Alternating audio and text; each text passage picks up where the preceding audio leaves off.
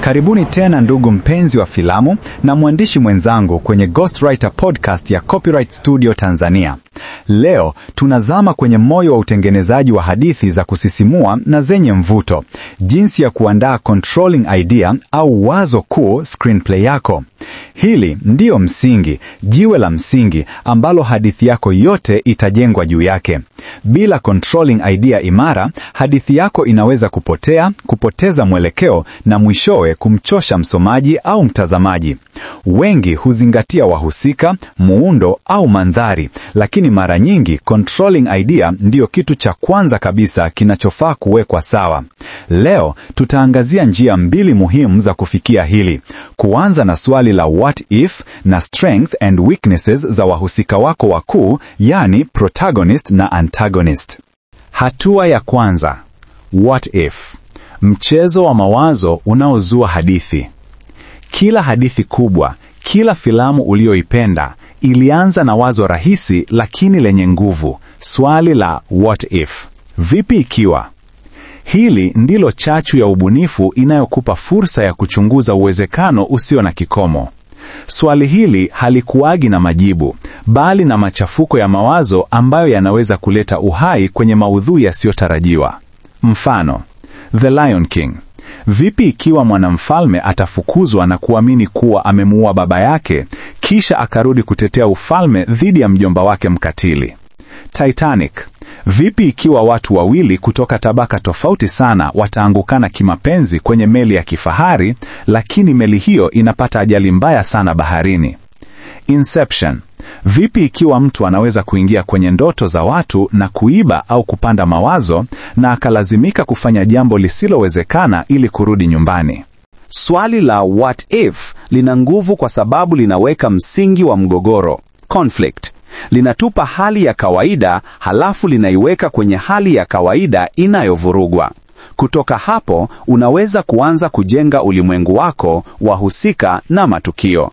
Jambo muhimu ni kuhakikisha swali lako la what if linavutia, linaweka stakes wazi na lina uwezo wa kuleta hadithi yenye mgogoro wa ndani na nje.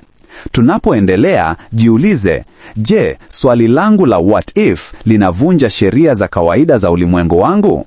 Au linaongezea kitu kipya? Je, linapelekea mgogoro mkubwa ambao wahusika wangu watalazimika kukabiliana nao? Je, lina ladha ya kipekee ambayo itawavutia watazamaji? Mara utakapoanza kujenga jibu la maswali haya ya what if, ndipo controlling idea yako inapoanza kuchukua umbo. Hii sio muundo kamili bado, bali ni kauli fupi inayoelezea msingi wa hadithi yako. Kwa mfano, mwanamfalme aliyejitenga anarudi kukabiliana na ukatili wa mjomba wake ili kurejesha haki na familia. Hatua ya pili, strength and weakness. Kuunda wahusika wenye ukamilifu wa kibinadamu. Baada ya kuwa na swali la what if linalovutia, hatua inayofuata muhimu katika kuimarisha controlling idea yako ni kukuza wahusika wako wakuu, hasa protagonist, mhusika mkuu, na antagonist, mhusika mpinzani. Hawa ndio injini za hadithi yako. Maisha ya hadithi yako, mgogoro wake, na masuluhisho yote yanategemea sana nguvu na udhaifu wao. Protagonist, mhusika mkuu. Protagonist wako si tu mtu anayefanya mambo mazuri. Anapaswa kuwa mtu ambaye mtazamaji anaweza kuhusiana naye, hata kama hana tabia nzuri kabisa. Nguvu zake ndizo zinazomwezesha kufikia malengo, lakini ni udhaifu wake ndio unaomfanya awe wa kibinadamu na unatoa fursa kwa ukuaji na changamoto. Nguvu. Je, protagonist wako ana akili sana, shujaa, mcheshi, ana ujasiri, anapenda sana familia? Nguvu hizi ndizo zitakazomsaidia kukabiliana na vikwazo. Kwa mfano, kama what if yake ni kuhusu kuokoa familia iliyotekwa, nguvu ya ujasiri na upendo wa familia itakuwa muhimu sana. Udhaifu. Lakini je, ni msumbufu? Ana kiburi? Ana hofu ya maji? Ana hasira za haraka? Udhaifu huu unamfanya aweze kufanya makosa, kuchukua maamuzi mabaya au kujikuta katika hali ngumu zaidi. Huu ndio utakaomfanya msikilizaji aweke dau naye, awe na wasiwasi kuhusu hatima yake na awe na matumaini ya kumuona akibadilika. Antagonist, mhusika mpinzani. Mpinzani ana hadithi yake. Antagonist hawezi kuwa mabaya tu kwa sababu ya uovu. Antagonist mwenye nguvu huwa na sababu zake, malengo yake na hata udhaifu wake. Hii ndiyo inayomfanya awe mpinzani halisi na sio kizuizi tu. Nguvu. Je, antagonist wako ana akili kuliko protagonist? Ana rasilimali nyingi? Ana ushawishi mkubwa? Ana ukatili usio na kifani? Nguvu hizi ndizo zinazomfanya awe tishio kweli. Ikiwa what if yake ni kuhusu kampuni ya mafisadi inayotaka kuharibu mazingira, nguvu ya ushawishi na rasilimali ndizo zitakazowapa changamoto wahusika wema. Udhaifu. Je, antagonist ana kiburi kupindukia? Ana hofu ya kufeli? Ana mapenzi ya siri kwa mtu fulani?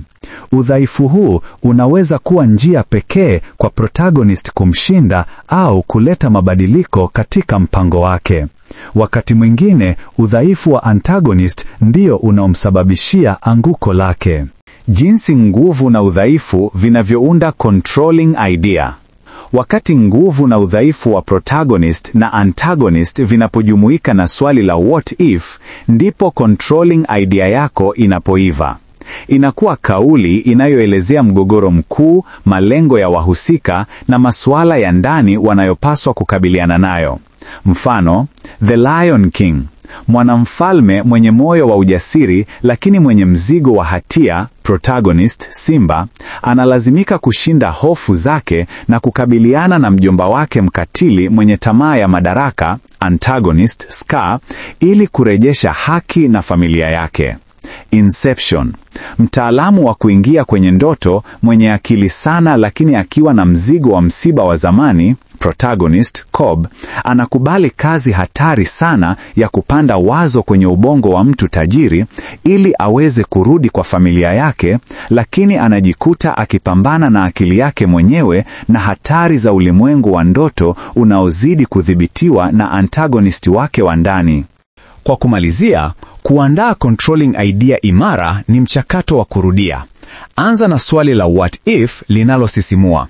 Halafu, jengea wahusika wako, protagonist na antagonist, nguvu na udhaifu unaofanya waonekane wa kibinadamu na wenye uwezo wa kuunda mgogoro wa kusisimua. Wakati mambo haya yanapoungana, utakuwa umeweka msingi imara kwa ajili ya screenplay yako ambayo itakuwa na mvuto, kina na hadithi ya kweli. Haya ndiyo niliyokuandalia leo kutoka Ghostwriter Podcast ya Copyright Studio Tanzania. Tukutane tena katika sehemu ijayo tutakayoangazia muundo wa kawaida wa screenplay. Usisahau kusubscribe, kulike na kushare. Hadi wakati mwingine.